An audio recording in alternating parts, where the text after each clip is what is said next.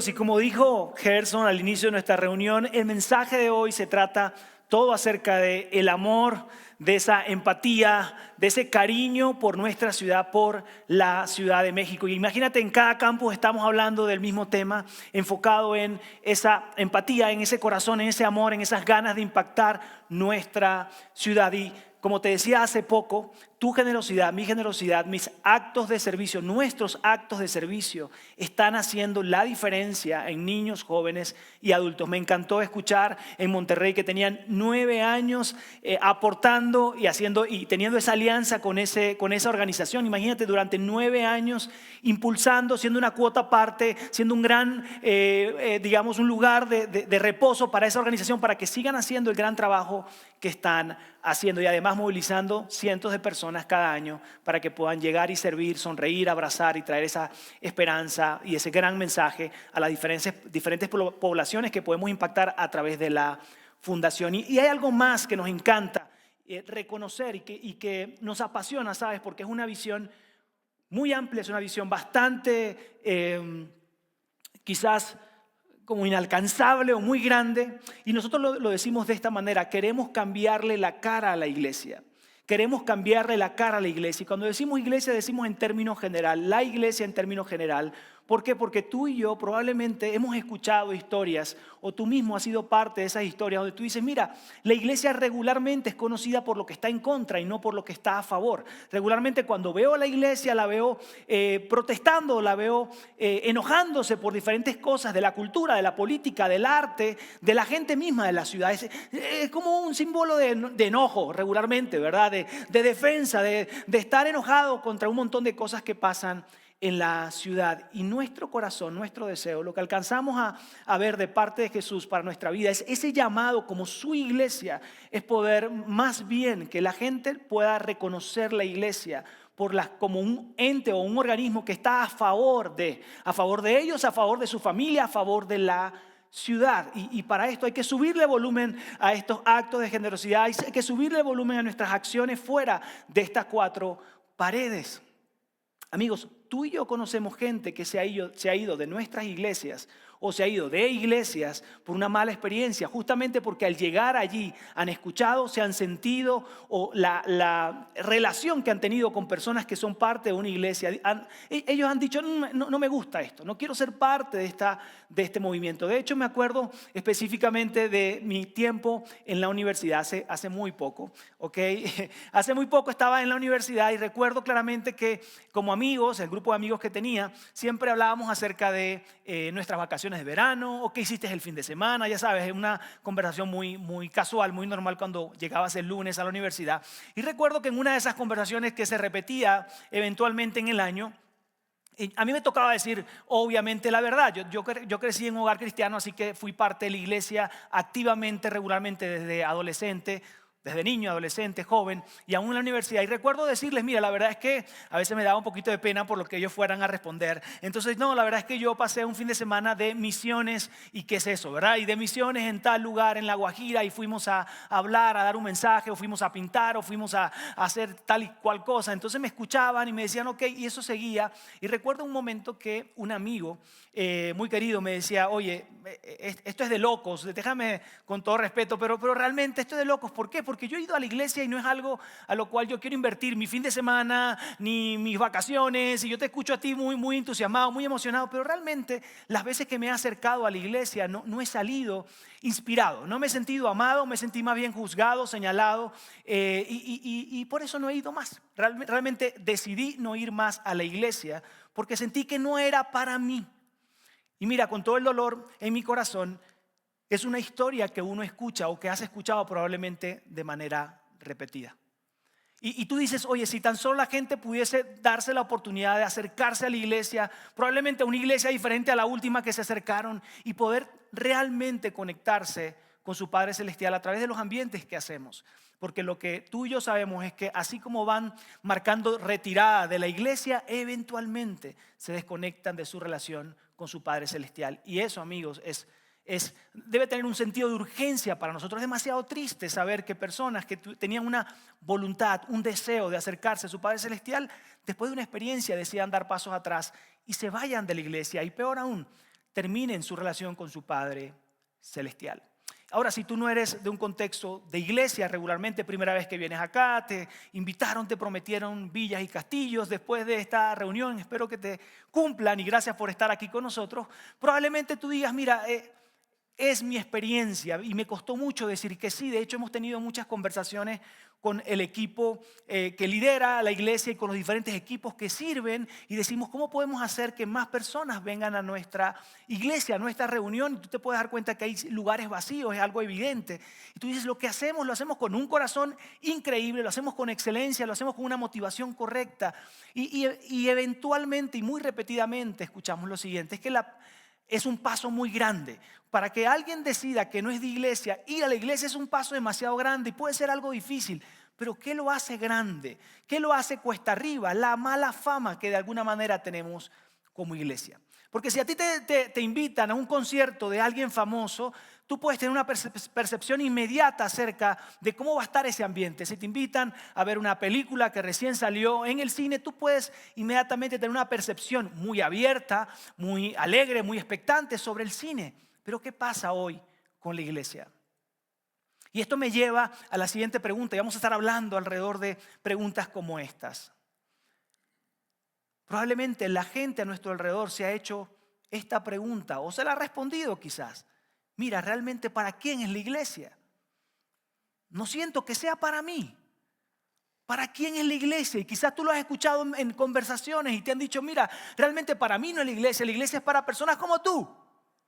Y de buena onda, es como tú que de un recto proceder moralista, siempre cuidas tus palabras, parece que nunca te equivocas, eres súper buena gente, ¿ok?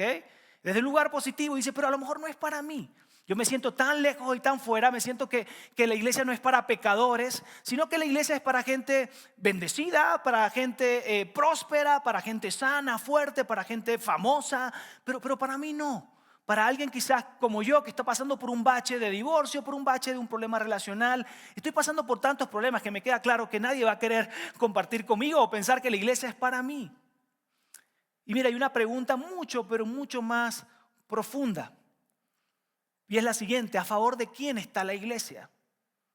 Hay tanta duda, hay tanto ruido. Nuevamente la fama que cobra y que quizás sale en los periódicos, en la prensa, en la radio y se habla por ahí es tan negativo que la pregunta es totalmente válida porque hay demasiado ruido. ¿A favor de quién está la iglesia entonces? ¿A favor de quién? Y regularmente la respuesta a esta pregunta, si todavía la abordan con cierta humildad y con cierta apertura, aún así la respuesta a esta pregunta normalmente es en base a las circunstancias que estás viviendo o que ellos están viviendo. Incluso yo me atrevo a decir que tú y yo estamos viviendo en cierta manera. Conectamos la respuesta a esta pregunta, ¿para quién es la iglesia? Con ¿cuáles son mis circunstancias? Y probablemente tú puedes decir, bueno, de acuerdo a mis circunstancias, yo puedo entender que la iglesia es para mí. Si las circunstancias de mi vida son positivas, son buenas, mi matrimonio está muy bien, mi relación con mis hijos está bien, mi economía va muy bien, todo en mí parece que soy una hombre o mujer exitosa, todo marcha bien, entonces yo puedo creer que la iglesia es para mí. Y por consiguiente, como la iglesia es un reflejo de Dios, entonces Dios está a mi favor, Dios está apuntando o apoyando o está para mí. Pero eventualmente, cuando las cosas no están bien, cuando las cosas marchan mal, nuevamente en base a nuestras circunstancias, cuando las cosas marchan mal, decimos, bueno, entonces la iglesia no es para mí porque entiendo y creo que Dios está lejos de mí, que Dios no me está bendiciendo. Mira, acaba de caerse este negocio, estoy a punto de perder una relación matrimonial, estoy a punto de perder una relación de paternidad con mi hijo, estoy súper desconectado. Yo creo que Dios no está a mi favor. Y es muy humano y muy normal decir esto o pensar esto. Dios está muy lejos, Dios no está a favor de mí, Dios no está conmigo porque mis circunstancias hablan de que estoy desdichado, que hay muchos problemas a mi alrededor y que Él no puede estar cerca en medio del dolor que estoy viviendo. Hay una pregunta aún mayor, ¿está Dios a tu favor? ¿Está Dios a favor de ti? Y sobre eso vamos a estar hablando. Y para poder responder esta pregunta de forma quizás objetiva, de forma clara, necesitamos ir a los textos de la Biblia y estudiar algo que escribió Pablo. Pablo, que fue un gran hombre que llevó el mensaje a muchas naciones, a muchas ciudades. Pablo que si bien al inicia su historia como Saulo, alguien que se opone justamente a la iglesia, sentía que Jesús y su movimiento atentaban en contra de la Torá y de todos los mandamientos que Moisés recibió de Dios y todas las tradiciones de Judá que tenían. Y Pablo en algún momento pensó que era el equipo contrario. En algún momento él tiene un contacto con Dios o tiene una relación con Dios. Y su perspectiva cambia y él pasa de ser alguien que persigue, alguien que incluso mató a personas que llevaban este mensaje de Jesús, a ser alguien que entiende el mensaje de Jesús y cree que Jesús es el Hijo de Dios y que murió en la cruz por nuestros pecados, y entiende que Jesús fue el Mesías, y entonces cambia de parecer, de perspectiva totalmente contraria, y literalmente entrega su vida comunicando el Evangelio, las buenas nuevas de Jesús, las buenas noticias del mensaje de Jesús. Así que lo que vamos a leer que Pablo escribió en el libro de Romanos, quiero que también toquemos un poco del contexto de cuando él escribe esto. Y quiero que para que podamos meternos y sumergirnos en este contexto, tú y yo podamos imaginarnos que vivimos en el primer siglo, que vivimos siendo como uno de esos cristianos en Roma del primer siglo que vivían y enfrentaban ciertas situaciones puntuales. Si tú lees, y te animo a que puedas leer el capítulo 8 de Romanos, habla de términos teológicos como la justificación. Pablo entra en este momento de la historia cuando escribe a los seguidores de Jesús que viven en Roma. Escribe bajo este contexto. Había dos equipos nuevamente, o dos grupos de personas: los judíos y los gentiles, las personas que no habían nacido siendo judíos, pero que también seguían el mensaje de Jesús. Y eran como dos bandos, y había mucha discusión y había mucha duda sobre muchas cosas. Así que Pablo se detiene y va a lo básico de la fe y les enseña y les dice: mira, Jesús vino a morir por todos nosotros. No importa tu nacionalidad, tu contexto, tu presente, tu pasado, no importa si te sientes santo, digno o no, Jesús vino a morir por cada uno de ustedes. Y de hecho hace una descripción muy linda que nuevamente te invito a que lo puedas leer. Y él dice: hey, si tú aceptas a Jesús en tu corazón, entonces vas a encontrar salvación, esperanza, vas a encontrar un cambio en tu vida. Jesús está disponible a la distancia de una decisión, y es hermoso lo que él escribe allí. También habla de que el Espíritu Santo de Dios empieza a morar en nuestras vidas y nuestra vida puede cambiarse y puede verse diferente semana a semana, día a día. Así que si bien el capítulo 8 habla de justificación, de que si tú recibes a Jesús en tu corazón, tus pecados son perdonados, que Él murió y pagó el precio en la cruz por tus pecados, por los míos, y a través de su muerte y resurrección la salvación es disponible y está disponible para ti y para mí. Y es un mensaje poderoso. Esas eran las grandes noticias que él tenía que compartir. Una vez que él comparte esto, también termina el capítulo 8 justo antes de leerte lo que te voy a leer, para decir: mira, también fuimos llamados a participar del sufrimiento de Cristo en la tierra. Si bien lo otro tiene que ver con tu modo de vivir hoy y la eternidad con Dios, el hecho de que tú recibas ese mensaje, que tú vivas el mensaje y que tú comuniques el mensaje, lleva implícito que vas a participar de los sufrimientos de Cristo. Y tú y yo sabemos que Jesús fue castigado, fue humillado y fue entregado y crucificado en la cruz, y sufrió muchísimo. Entonces no era algo ligero, era algo como: mira, si tú eres un seguidor de Jesús, esto viene implícito, vas a sufrir, vas a pasar por circunstancias difíciles. Sé que están pasando por circunstancias difíciles.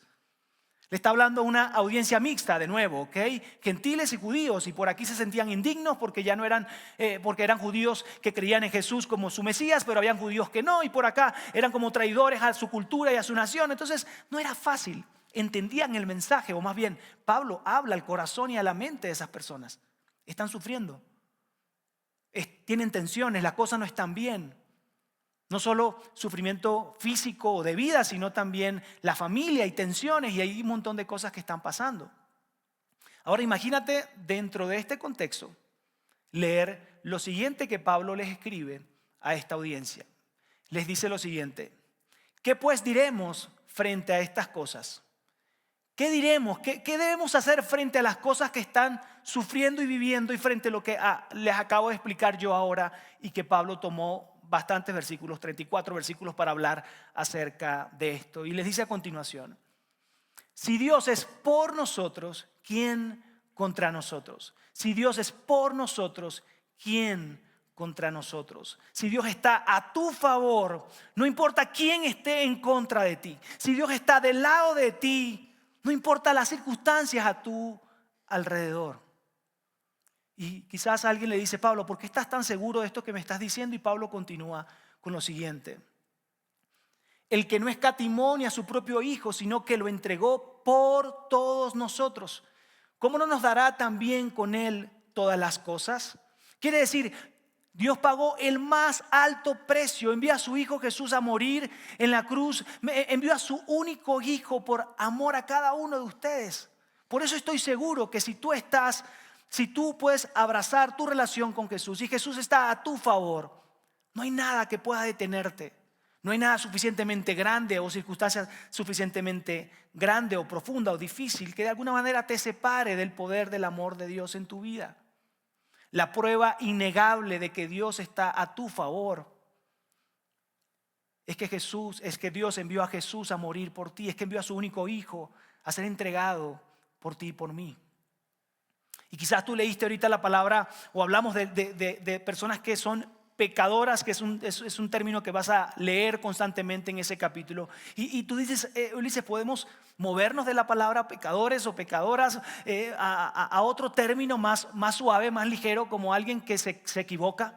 Alguien que mete la patita, ya sabes, y la mete una vez y dos veces. Alguien que se le va, ¿verdad?, la tuerca. Alguien que se enojó de más. Alguien que, pero quitémonos y despeguémonos de la palabra pecadores. ¿Por qué? Porque tú y yo, cuando escuchamos la palabra pecador, entendemos que entonces debe haber un juicio, un señalamiento, debe pagar por algo, porque esa persona pecó. Lo interesante y lo importante, amigos, es que Pablo les está diciendo: la postura de su Padre Celestial, independientemente de tus pecados, de tu condición, es la siguiente: más que ser un hombre o un Dios que vino a juzgarle a cada uno de ustedes, Él vino a traer perdón y salvación a través de su Hijo Jesús. No le tengan miedo a esta palabra. Si bien somos pecadores, si bien necesitamos de su gracia, de su amor, si bien necesitamos de su favor, de su guía, no tienes que temer a esto, porque no tienes del otro lado a un Dios que viene a juzgarte, a señalarte, un Dios distante que solo te habla para decirte lo que has hecho mal. Y Pablo termina este capítulo de la siguiente manera, y quiero leerlo acá, tú también lo vas a ver en pantalla porque me encantó y es realmente extraordinario la forma como Pablo termina el capítulo 8 de Romanos, y espero que estés súper conectado con esto que hasta ahora llevamos. Él dijo lo siguiente: ¿acaso hay algo que pueda separarnos del amor de Cristo? ¿Será que Él ya no nos ama si tenemos problemas o aflicciones, si somos perseguidos o pasamos hambre, o estamos en la miseria o en peligro, o bajo amenaza de muerte? Probablemente tú has llegado ahí a preguntarte nuevamente: todo esto me indica que Él no está a mi favor, todo esto me indica que no está conmigo. Y luego continúa, dice: como dicen las Escrituras, por tu causa nos matan cada día, nos tratan como a ovejas en el matadero. Quiere decir, por vivir tu mensaje, por enseñar las buenas nuevas de Cristo, nos están persiguiendo y estamos quizás sufriendo. Y continúa: claro que no, a pesar de todas estas cosas, nuestra victoria es absoluta por medio de Cristo, quien nos amó, y estoy convencido de que nada podrá jamás separarnos del amor de Dios.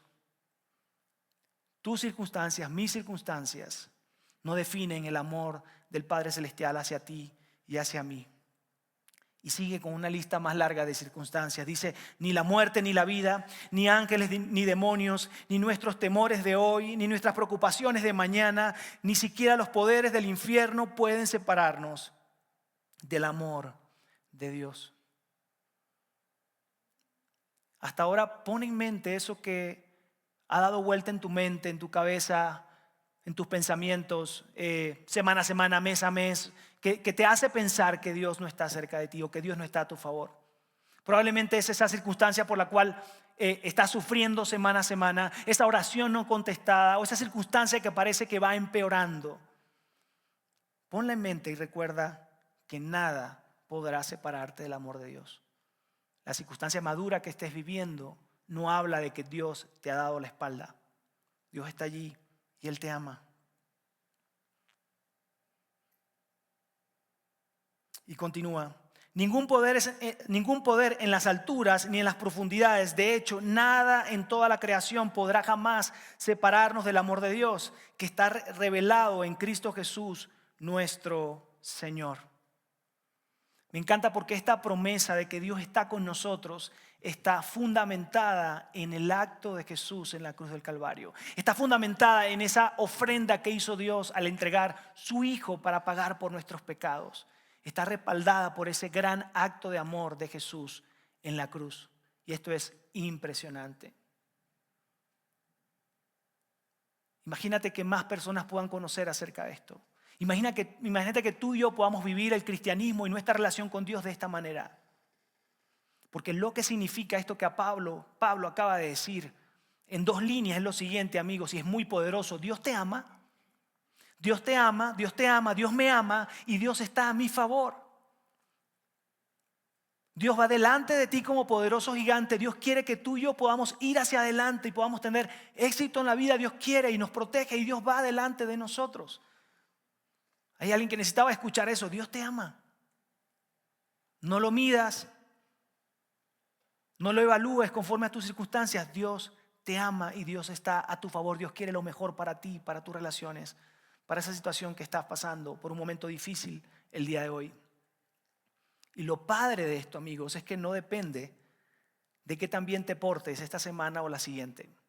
No depende de cuántas acciones llevas a cabo para poder merecer de alguna manera y alcanzar ese amor. No, es algo que ya Él decidió, porque depende de su gracia, de su favor infinito. Él tomó la decisión de ofrendar y dar a su Hijo Jesús primero, aún sabiendo que tú y yo podíamos fallar eventualmente o regularmente. Dios te ama. Y es un mensaje que nuestra familia, que nuestra comunidad necesita escuchar. Quizás es la primera vez que estás con nosotros, es la primera vez que escuchas esto, no habías escuchado que Dios te amaba, probablemente la asociación que tenías con Dios y su iglesia es un Dios lejano, es un Dios condenatorio, es un Dios y su iglesia nos hace saber lo mal que somos, lo mal que estamos, los indignos que somos de alguna forma. Qué bueno que estás acá. Necesitabas escuchar que Dios te ama y Dios está a tu favor, que no estás solo en medio de lo que estés viviendo. Ahora, si tú te consideras un seguidor de Jesús, cristiano, católico, y estás aquí con nosotros, déjame decirte algo importante. Nuestra tendencia como seguidores de Jesús es creer y pensar que nuestro cristianismo y nuestra relación con Dios solo se trata de nosotros y solo se trata de estas 4 paredes, del lugar donde hagamos las reuniones. Y no es así.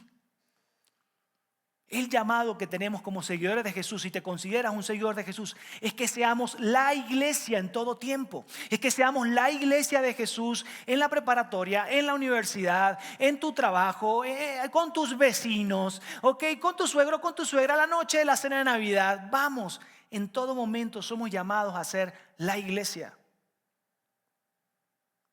A demostrar el amor del Padre Celestial que tiene hacia sus hijos, hacia esas personas que están a nuestro alrededor.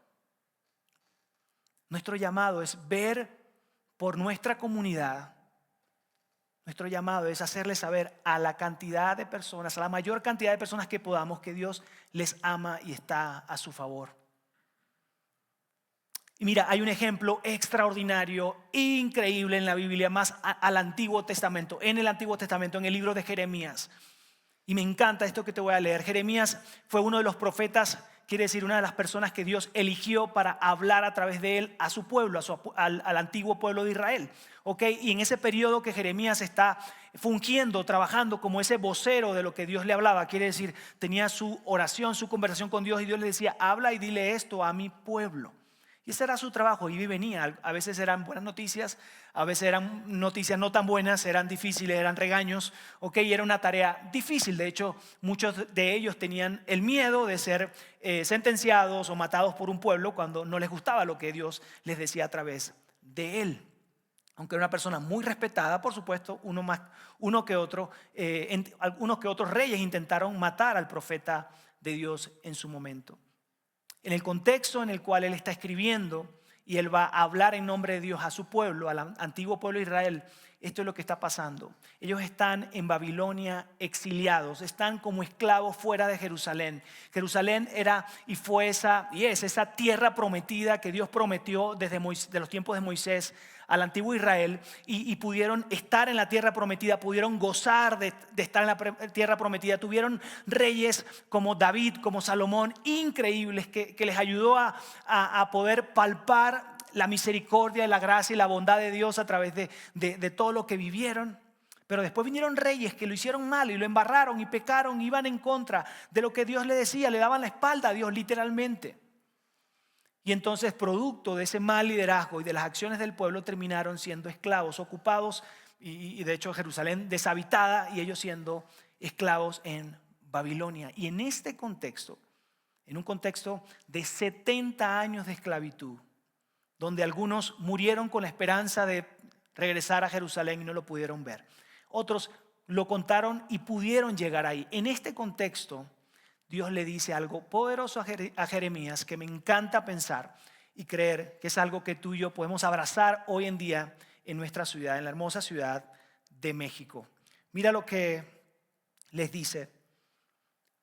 Lo vas a ver en pantalla. Esto dice el Señor de los ejércitos celestiales, Dios de Israel, a los cautivos que Él desterró de Jerusalén a Babilonia. Edifiquen casas y hagan planes para quedarse, planten huertos y coman del fruto que produzcan, cásense y tengan hijos. Luego encuentren esposas y esposas para ellos para que tengan muchos nietos. Multiplíquense, no disminuyan y trabajen por la paz y prosperidad de la ciudad donde los envié al destierro. Pidan al Señor por la ciudad, porque del bienestar de la ciudad dependerá el bienestar de ustedes. Amigos, como el antiguo pueblo de Israel, probablemente, quiero hacer un paréntesis, tú estás acá en esta ciudad y puede ser un poco el contexto como el mío, ¿ok? Eres de otra nacionalidad y llegaste aquí por diferentes situaciones o ocasiones o lo que sea. Y quizás esa sensación que puedes tener de transitoriedad, quiere decir la empresa me trajo y a lo mejor en un año más me voy y quién sabe, me he cambiado de 3 ciudades o 4 países diferentes, lo que sea, o tú eres regio, eres de Oaxaca, eres de otra ciudad y tú dices no sé. La Ciudad de México es como un territorio prestado, no sé cómo se ve eso, a lo mejor regreso a mi tierrita o no, a mi casita, a lo que sea, ¿verdad? Y tú puedes pensar, es que no es acá mi lugar final, es que no es mi territorio final acá, entonces por eso no me apasiono tanto por la ciudad, por el bienestar de la ciudad. O en otro enfoque, si tú eres un seguidor de Jesús y crees que vas a pasar una eternidad con Dios y que hay una tierra para ti en el cielo con Dios y sus ángeles y todo esto, y tú lo crees porque está en la Biblia y tú lo crees. A lo mejor tú dices, ¿para qué? ¿Pero qué necesidad?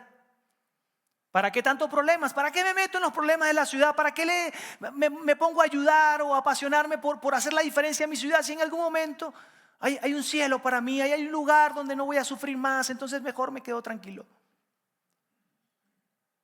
Amigos, el antiguo Israel sabía que no era su tierra prometida ni el paraíso que Dios le había prometido. Y Dios les dice algo que me encanta pensar que nos dice a ti y a mí. Oren por la ciudad. Hagan algo a favor de tu ciudad. Multiplíquense en la ciudad, tengan un gran impacto en la ciudad, no se hagan pequeños en la ciudad, no terminen de ser su territorio, ¿sabes? No sé, su esposo, esposa, sus 2 hijos y 2 matrimonios más, porque bueno, tú sabes, aquí hay que irle con calma y no hay mayor ambición alrededor de esto.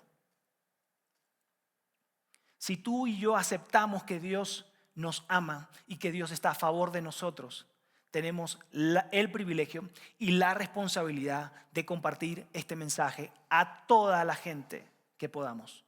Necesitamos compartirle, mira, Dios te ama, amigo del trabajo. Dios te ama, vecino. Dios te ama, amigo, y Dios está a tu favor. Deberíamos decir por todos los medios posibles el siguiente mensaje: Dios está por la Ciudad de México.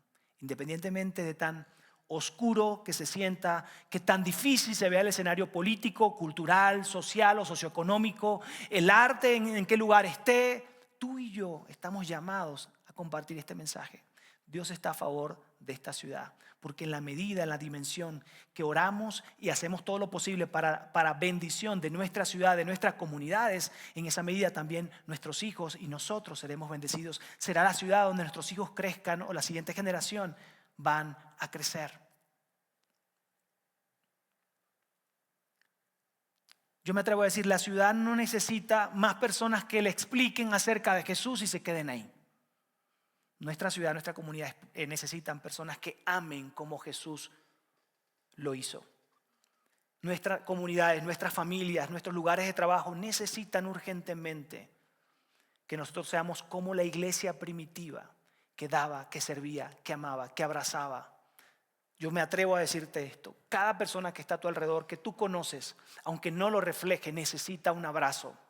Necesita amor, necesita aceptación, necesita saber que le importa a alguien. En una ciudad con tanto ruido, en una ciudad con tantos intereses, que parece que está en una carrera constantemente, en una ciudad con tan poco tiempo libre o de descanso, porque hay mucho tiempo en tráfico y todo tiene que ser rápido, hay una competitividad enorme. Algunos dicen que es la ciudad o la capital de Latinoamérica. El que pega un negocio en Ciudad de México o en el país, pega el reto de Latinoamérica. Entendemos lo importante y el peso que hay en nuestros hombros.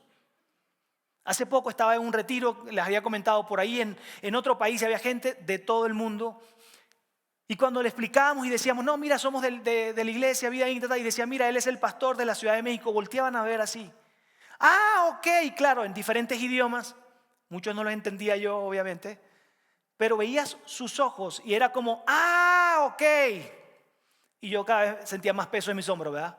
Y más peso, como decir, ah, ok, o sea, como que, wow, la tarea que tienes ahí, o sea, es importante en la Ciudad de México para el Evangelio. Es importante que haya más iglesias diferentes en la Ciudad de México. Wow, llegamos a la Ciudad de México, donde hay una iglesia que habla, que vive diciendo, Dios te ama y Dios está a tu favor. ¿Cómo no va a ser necesario e indispensable? ¿Cómo no va a ser importante? Así como puedes decir, wow, esta empresa nacional o internacional ya llegó a la Ciudad de México o llegó al país. Amigos, es tan valioso lo que Dios está poniendo en nuestras manos, que espero que te vayas con un poquito de peso y de inspiración hoy para que hagamos algo juntos diferente o mucho mayor a lo que ya estamos haciendo. Hay un sociólogo llamado Rodney Stark. En su libro Ascenso del Cristianismo escribe y habla acerca del impacto y cómo se condujo la iglesia primitiva, la iglesia en el primer siglo, y cómo fue realmente influyente en la cultura y en todos los aspectos de la ciudad y de cada estado y cada país donde llegaba, cómo revolucionaba la historia de ese pueblo. Y él se sumerge ahí y hace diferentes distinciones importantes, y él decía, mira, fue tan importante la estrategia que la iglesia primitiva tomó. Fue una importancia estratégica, quiere decir, se tomaron el rol de generosidad, de servicio, de amor, fuera de las cuatro paredes de esa casa o de ese templo. Fue tan activa y tan intencional en hacerse presente en cada sector de la comunidad, que entonces su relevancia y su influencia se perdió de vista. Fue muy, muy grande y no necesitó un arma, una flecha, ni nada de esto. Él decía, en otras palabras, el cristianismo ofrecía respuestas puntuales a las necesidades más sentidas de la comunidad. Amigos, esa debe ser nuestra iglesia. Así debe ser nuestra iglesia. A los indigentes y pobres les mostraba generosidad y amor. A los huérfanos y viudas les decía, mira, este puede ser tu nuevo hogar, puedes pertenecer, esta es tu nueva casa, no estás solo. A las personas nuevas, extranjeras, visitantes que llegaban, les decía, mira, acá puedes echar raíces y puedes desarrollar ese apego a una comunidad porque queremos ser tu comunidad, queremos amarte como tú eres. No estás solo, Dios te ama y Dios está a tu favor. Aquellas personas que llegaban a la iglesia o sabían alrededor del movimiento de la iglesia, pero venían de conflictos étnicos, de situaciones muy difíciles, podían decir, mira, aquí podemos tener un tejido social conectado con Jesús y su reino, así que tú puedes pertenecer acá. Aquí no hacemos distinciones de color, de raza, de distinciones socioeconómicas, no, para nada. Tú puedes ser parte porque Jesús murió por todos. Así la iglesia primitiva impactó Roma. a tal punto que años después reconocieron a Jesús. Y hoy hay cruces por todos lados. Lo hicieron a través de un evangelio y una iglesia que se veía y se conducía de esta manera.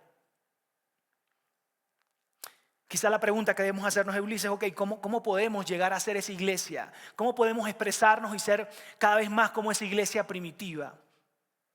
Y quiero mostrarte en pantalla 3 maneras de ser una iglesia a favor de la Ciudad de México. 3 maneras. Número 1, apreciar la ciudad. Quizás me encanta pensar que esto se ve así. En tu relación con Dios tú puedas orar y decirle, Dios, ayúdame a amar mi ciudad. Ayúdame a entender y abrazar la realidad de que tú me trajiste acá. Tú tienes tus planes. Quizás yo pienso que son 6 meses, 1 año, no sé lo que la empresa me haya dicho o cómo vayan las cosas, pero hoy estoy aquí porque tú me tienes acá.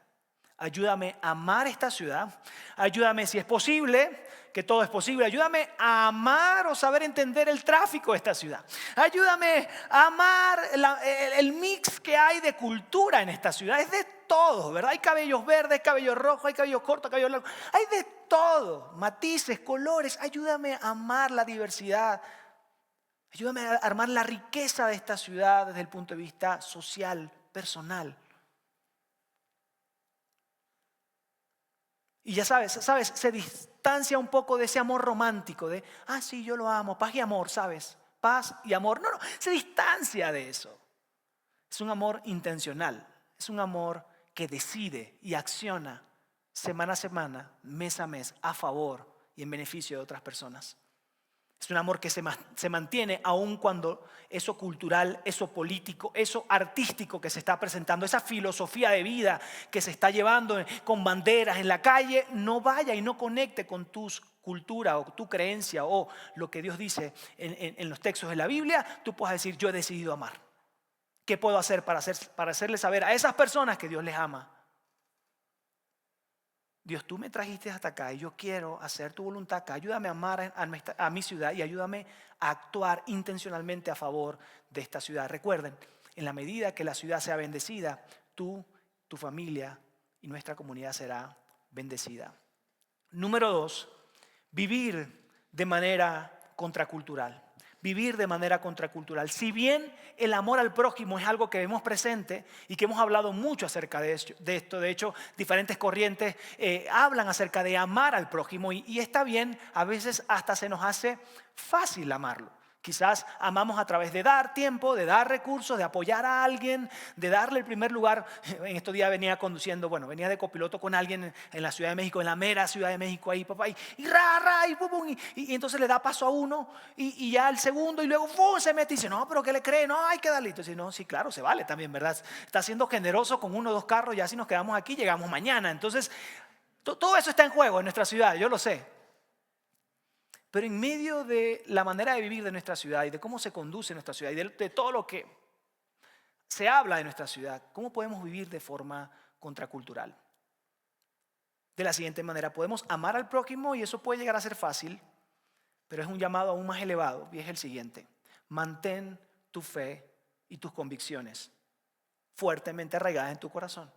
Conduce y demuestra esa fe y esos valores que lees en los textos de la Biblia. Y a través de cómo tú amas, cómo tú hablas, cómo tú actúas, entonces inspiras a otras personas a que te volteen a ver y te digan, ¿de dónde sale lo que haces? ¿Por qué te conduces de esta forma? ¿Por qué actúas y reaccionas de esta forma? Entonces tú puedas decir, mira, yo tengo una relación con Dios y mi temperamento, mi corazón es informado por lo que Él dice y lo que Él quiere para mi vida. Ven a ver, te invito a la iglesia o vamos a leer juntos la Biblia o déjame pasarte un podcast y por ahí tú puedas traer el mensaje de las buenas nuevas a la gente a tu alrededor. Vivir contraculturalmente no es tener una bandera y ponernos como enojones en contra de todas las cosas, sino más bien vivir esas verdades y esas convicciones sin soltarlas, pero vivirlas para que otras personas sean inspiradas. Y por último, tomar acción. Tomar acción, muévete a hacer algo. Transformemos la gracia recibida por Dios en acción. Si entendemos su gracia y su amor, porque envió a su Hijo a morir por nosotros, y hoy podemos tener este mensaje, tener esta relación con Él. Entonces, si sabemos que Dios nos ama y Dios está a nuestro favor, ahora actuemos con gracia hacia otras personas. Seamos intencionales, pongámoslo en nuestra agenda, que aparezca ahí en nuestra agenda, que aparezca quizás no solo sirviendo el domingo o sirviendo entre semana, que es una parte de impactar nuestra ciudad a través de nuestra comunidad, sino también cómo puedo agregar un tiempo en mi agenda para actuar a favor de la comunidad. Amigos, actuando a favor de la comunidad nos cambiará a nosotros, cambiará nuestro mundo, cambiará nuestra ciudad, impactará nuestra ciudad. Y aún un impacto más profundo es que probablemente, y me gusta soñar con esto, probablemente tú y yo logremos hacer algo en esta ciudad. Logremos hacer lo siguiente. La iglesia debe ser conocida por lo que está a favor. Podamos lograr que en nuestra ciudad la gente, cuando escuche una invitación a la iglesia, un evento de la iglesia o algo, un movimiento que la iglesia está haciendo, puedan decir, qué chido, déjame ir a ver, puedo ser parte, son gente buena onda, sé que están a favor de muchas cosas, reconozco la ciudad, reconozco la iglesia en mi ciudad. ¿Sabes? Soñamos con que si nuestra iglesia está acá y por alguna razón deja de existir en esta localidad, personas a nuestro alrededor, en esta comunidad puedan decir, ¿y dónde está ese grupo de personas? Ese grupo de personas que una vez al año, algo como be rich, como ser rico, algo que nunca lo entendí muy bien, pero venían y servían y eso eran generosos y eran alegres y felices y daban económicamente un apoyo considerable para nuestra operación. ¿Dónde está esa gente? ¿Qué se hizo? Que nos extrañen, porque entendían el bienestar y el impacto que teníamos como iglesia en nuestra ciudad. Y por último, quiero hacerte una invitación a ti. Específicamente cuando estábamos planeando el año que viene con un equipo de líderes, planeábamos el año que viene y veíamos lo que queríamos para el siguiente año y orábamos a Dios por dirección y la conversación se cerró en lo siguiente que te voy a platicar. Se cerró en esto. Necesitamos hacer más por nuestra comunidad. Necesitamos agregar más valor a nuestra comunidad. Creo que mucha gente no conoce que estamos allí. Mucha gente no sabe que estamos a favor de ellos. Mucha gente no sabe que Dios le ama. Y si solo esperamos que vengan el domingo, creo que vamos lento. Entonces, hagamos más cosas hacia afuera. Y por eso quiero invitarte, vas a ver un código QR en pantalla para que tú puedas escanearlo y puedas sumarte a lo que vamos a hacer a partir del siguiente año. Aunque este año cerramos con una última acción de generosidad. Este año vamos a entregar regalos en la víspera de Navidad a las niñas y jovencitas de Fundación Daya. Hay una lista específica con ciertas como peticiones o yo desearía que me regalaran. Entonces por ahí tú vas a poder participar y regalarle algo a una niña, a una jovencita específicamente ahora en diciembre. Pero amigos, para el siguiente año queremos subirle volumen a esto. Y cuando digo queremos es reconociendo que no podemos hacerlo solo. Reconociendo que necesitamos que José, que Alex, que Dora, que cada uno de los que son parte de esta iglesia, que Jonathan, que Fer, que todos los que somos parte de esta iglesia podamos decir, a ver, venga, ¿cómo podemos beneficiar a nuestra ciudad? ¿Cómo podemos agregar valor a nuestra ciudad? No cómo podemos llevar una bandera de religión, sino agregar valor real a nuestra ciudad, a las necesidades sentidas de nuestra ciudad. Y esta es tu oportunidad. Si tú has sido movido y tú dices, es que quiero hacer más, es que tengo un corazón por los niños, por los jóvenes, por las personas que son quizás pobres o que tienen o que experimentan divorcio. No sé qué sea esa carga que hay en tu corazón. O si aún no la conoces, escanea este código QR, manda tus datos y ayúdanos a crear campañas, actividades, eventos el siguiente año, donde tengamos una mayor presencia y una gran presencia para decirle este mensaje a nuestra gente. Dios te ama, Dios está a tu favor, Dios está a favor de Ciudad de México. Me encantaría que tú puedas hacerlo. Si quieres hablar con alguien porque eso de lo electrónico no te gusta mucho o es muy frío, acá en el lobby va a estar Juli, sonriente, con un grupo de personas al lado de la pantalla de TV que tenemos allí en una mesita para atenderte, para platicar, para soñar juntos, para tomar apuntes, amigos. Nos encantaría que tú y yo podamos ser parte de esto y podamos realmente impactar nuestra ciudad. ¿Les parece? Vamos a orar. Dios, te doy y te damos muchísimas gracias. Gracias por ayudarnos a recordar cómo inició tu movimiento, cómo inició la eclesía o la iglesia. Cómo inició ese grupo de personas que tú dejaste inspirados, que tú dejaste con la seguridad, con la confianza, con la fe puesta en ti, de que muchas más personas necesitan escuchar el mensaje de las buenas nuevas. Escuchar que tú les amas, que no hay pecado que pueda separar a nadie de tu amor, que tú le amas, que tú estás a su favor. Ayúdanos, Dios, a poder cerrar el año de esta manera, siendo una iglesia que impacta, que está presente, no solamente los domingos, sino de lunes a sábado, presente en todos los contextos donde estamos, que podamos vivir tu mensaje, que podamos reaccionar conforme a tu mensaje, que podamos también inspirar a otras personas e invitarlos a los diferentes eventos y actividades que tenemos, y que además podamos juntos emocionarnos y planear por una agenda el próximo año mucha más presente para impactar niños, jóvenes, adultos y las necesidades puntuales de nuestra comunidad. Queremos ser tu iglesia hoy, esa iglesia irresistible, esa iglesia para todos. En tu nombre, amén y amén.